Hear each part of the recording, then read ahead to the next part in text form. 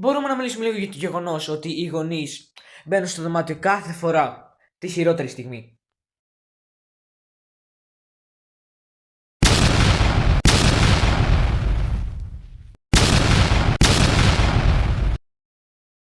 Δηλαδή είμαι στο TikTok εδώ και μία ώρα. Το μόνο που μου μετάσει είναι γατάκια, βίντεο μαγειρικής για να πεινάσω και να θέλω να φάω 60 κιλά σοκολάτα, gameplay και οτιδήποτε άλλο. Και μόλις μπει η μάνα σου στο δωμάτιο, μόνο δύο κατηγορίες βίντεο θα παίξουν. Τίποτα άλλο.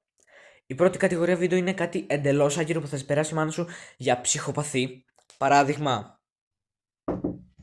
Σάβα, το φαΐ είναι έτοιμο. Πώς να μαγειρέψετε τον απείρο παιδί της τάξης σας σε 3 βήματα, με μόνο 3 ελέφαντες και ένα κλαδί από τον κήπο σας. Και η δεύτερη κατηγορία βίντεο που θα παίξει μόλις μπει η μάνα στο δωμάτιο είναι. Σάβα, το φαΐ είναι έτοιμο. Όχι, δεν είναι αυτό που νομίζεις. Μακριά, εκεί που είσαι. Εκεί που είσαι.